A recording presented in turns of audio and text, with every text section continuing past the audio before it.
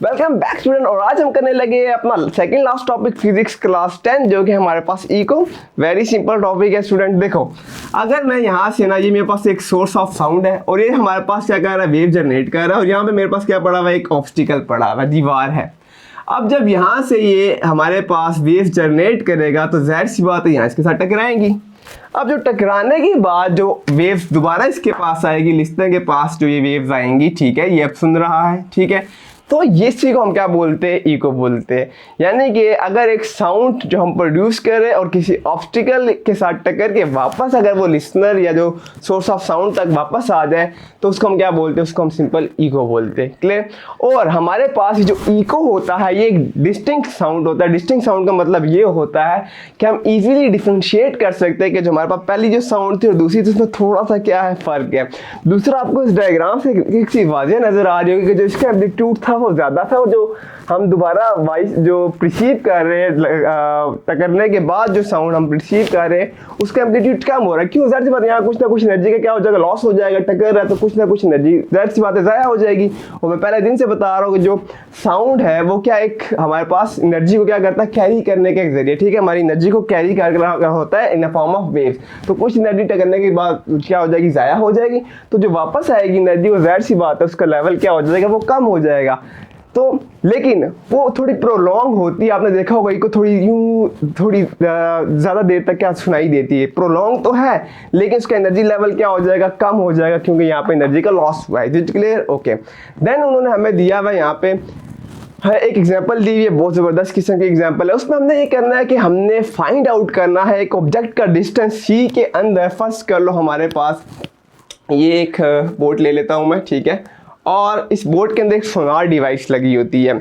उस सोनार डिवाइस के अंदर मैं यहाँ पे सबमरीन देख सकता हूँ कि सबमरीन कोई आ रहा है, कोई ऑब्स्टिकल या कोई भी चीज़ वाटर के अंदर जो होती है उसको हम इजीली फाइंड आउट कर सकते हैं, ठीक है, वो कितने डिस्टेंस पे पड़ी हुई है।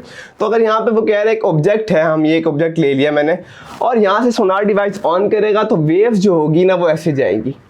अब वेव्स टक्कर के क्या वापस भी तो जाएंगी। अब देखो जब वेव्स टकरेगी तो ये भी कौन सा फिनोमेना हो रहा है, इको का ही हो रहा है ना, कि टक्कर के वापस जो जिसने प्रोड्यूस किया उसके वापस चला गया, जिसने सोर्स ऑफ साउंड जो था उसके पास वापस जाना। ये क्या है, ये इको तो सिस्टम है। तो ये कह रहा है कि ये जो ऑब्जेक्ट यहाँ पड़ा हुआ है कितने डेप्थ पे पड़ा हुआ है, कितना डिस्टेंस है इसका बोर्ड से। अब उन्होंने स्पीड ऑफ साउंड जो हमारे पास वाटर में होता है वो गिवन है क्वेश्चन में, वो कितना है 1500 मीटर पर सेकेंड। डन। टाइमिंग जो बता रहे इको की कि यहाँ से इधर जो गया और यहाँ से वापस लग के ऊपर जो है वो 0.5 सेकेंड है। अब कीप इन माइंड इसमें जाने का भी टाइम है और वापस आने का भी टाइम है, लेकिन हमने तो सिर्फ डेप्थ बताना, तो हम एक साइड का टाइम लेंगे। या तो आप इसको अभी ही 2 पे डिवाइड कर लो और उसके बाद जो मैं करने लगा वैसे कर लो, या फिर हम इसको एंड में 2 पे डिवाइड करेंगे, क्योंकि जो टाइम है वो जाने का भी है और आने का भी है। बस इसमें ये पॉइंट जो है आपने याद रखना है। अच्छा, अब हमने क्या करना है, सिंपल हमें पता, हम सिंपल स्पीड का फॉर्मूला लगाएंगे यहाँ पे। तो हमें पता है स्पीड बराबर होता है distance divided by time. Okay. अब हमने क्या फाइंड करना है, हमने तो डिस्टेंस फाइंड करना है। नीचे डिवाइड हो रहा है, वहाँ जाके हो जाएगा मल्टीप्लाई हो जाएगा। तो मैं कह दूंगा स्पीड जो है मल्टीप्लाई हो रहा है टाइम के साथ और ये मेरे पास आ गया डिफरेंस, तो मैंने इसको रीअरेंज कर दिया। डन। अब स्टूडेंट्स हमने क्या फाइंड करना है, डिस्टेंस। तो सिंपल ये जो स्पीड है हमें ये गिवन है, इसकी मैं वैल्यू डाल देता हूँ, कितनी है 1500 मीटर पर सेकंड हो गया, मल्टीप्लाई बाय स्टूडेंट टाइम भी हमें गिवन है इको का, वो कितना है 0.05 सेकेंड। ओके। हम डिस्टेंस निकाल रहे हैं तो कॉमन सेंस की बात है, इन दोनों को हल करने के बाद मेरे पास मीटर आना चाहिए, क्योंकि डिस्टेंस का जो ऐसा यूनिट है वो मीटर है। और अदरवाइज आप देख भी सकते हो यहाँ पे एस कितना है, देखो ये दोनों बेस सेम है, यहाँ पे भी एस है और यहाँ पे भी एस है। तो देखो एस और एस, ठीक है, यानी कि माइनस एस और प्लस एस, ठीक है। तो जब भी बेस सेम होती है पावर ऐड हो जाती है। अगर मैं पावर को ऐड करूंगा -1 + 1 तो मेरे पास एस कितना आ जाएगा, 0 आ जाएगा। और किसी चीज़ की भी पावर जो 0 होती है वो 1 के बराबर होती है। इट्स मीन कि यहाँ से एस तो खत्म हो जाएगा, पीछे क्या रह जाएगा हमारे पास, सिर्फ मीटर आ जाएगा जो कि डिस्टेंस का यूनिट है, ठीक है। तो डिस्टेंस मेरे पास आ जाएगा आई थिंक 75 मीटर है, ठीक है। अब जिस तरह मैंने कहा जो टाइम था वो जाने का भी आने का भी है, या तो आप शुरू में इसको 2 पे डिवाइड कर दो और यहाँ पे जितनी वैल्यू आएगी उसके साथ मल्टीप्लाई करवा दो, तो दैट्स इट। नहीं तो अपने एंड में इस चीज़ को 2 पे क्या करना है, डिवाइड करना है, क्योंकि टाइम आने जाने दोनों का था। तो हमारे पास आ जाएगा तकरीबन 37.5 मीटर। Is it clear? तो ये हमारा आंसर आ गया। Okay done. होपफुली यहाँ तक समझ आ गया होगा। नेक्स्ट अगर हम देखें तो हमारे पास कुछ कंडीशंस है इको की, हमारे पास क्या है, कुछ कंडीशंस है यहाँ पे। और अगर मैं उस कंडीशंस को देखूँ, मैं रेस करूँ, ओके, पहली जो एक कंडीशन है कि जो मेन कंडीशन वो ये कि जो ह्यूमन ईयर्स है ना वो साउंड को प्रिसीव करती है, साउंड को सेंस करती है विद इन 0.1 सेकेंड। ये जो भी हमने इस सिनेरियो में देखा था इको का 0.05 सेकंड, ये वाली हम इको सुन नहीं सकते, वो सोनार डिवाइसेस के लिए हाई फ्रिक्वेंसी है, वो इंसान नहीं सुन सकता। लेकिन अगर मैंने एक इको सुननी है जो एयर में, यानी कि यूं ही जिस तरह एक इंसान अगर इको सुन रहा है, तो उसके लिए मिनिमम कितना डिस्टेंस रिक्वायर्ड है कि यहाँ पे ऑब्स्टिकल के साथ आवाज़ टकराई, ऑब्स्टिकल है मेरे पास, ठीक है, और इसके साथ क्या करे, जब ये लिस्टर, ये जो सोर्स ऑफ साउंड है, यहाँ पे अगर एक वॉइस इसने जनरेट की है हमारे पास, और टकरने के बाद जब ये वापस इसके पास आएगी, तो यहाँ पे हमें मिनिमम कितना डिस्टेंस रिक्वायर्ड है इको जनरेट करने के लिए, ये हमें ये बताया जा रहा है यहाँ पे नेसेसरी कंडीशन में, ठीक है, ओके।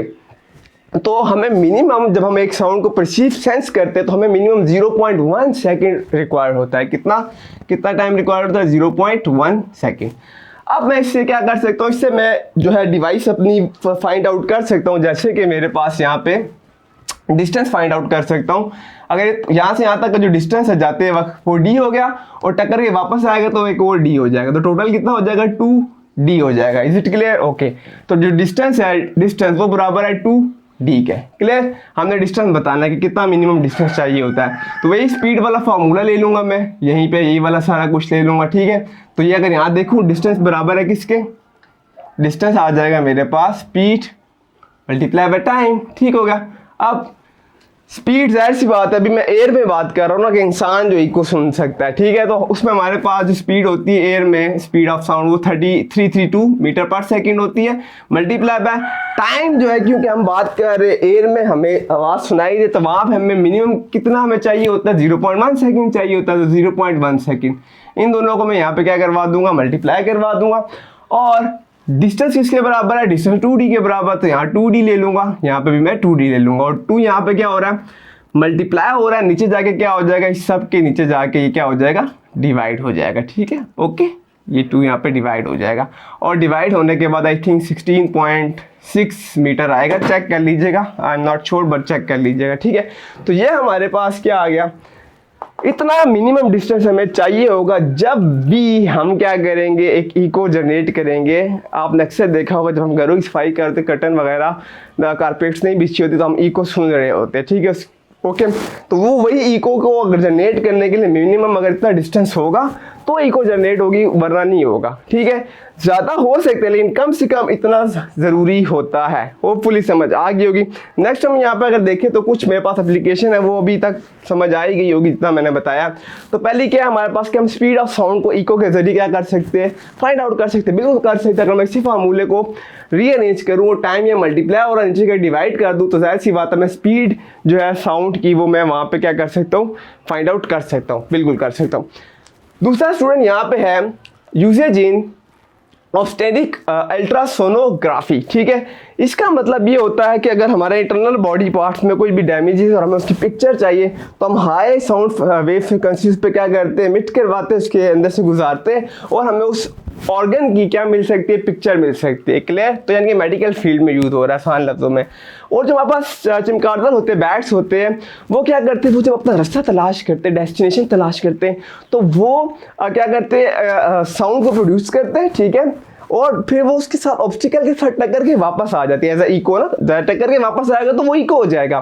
तो वहां से वो क्या कर रहे होते हैं? नोट कर रहे होते हैं कि आगे ऑब्स्टिकल है या मेरा कोई शिकार है। अगर कोई दीवार है तो वो समझ जाता है, आवाज प्रोड्यूस करके आगे दीवार है तो वो मुड़ जाता है।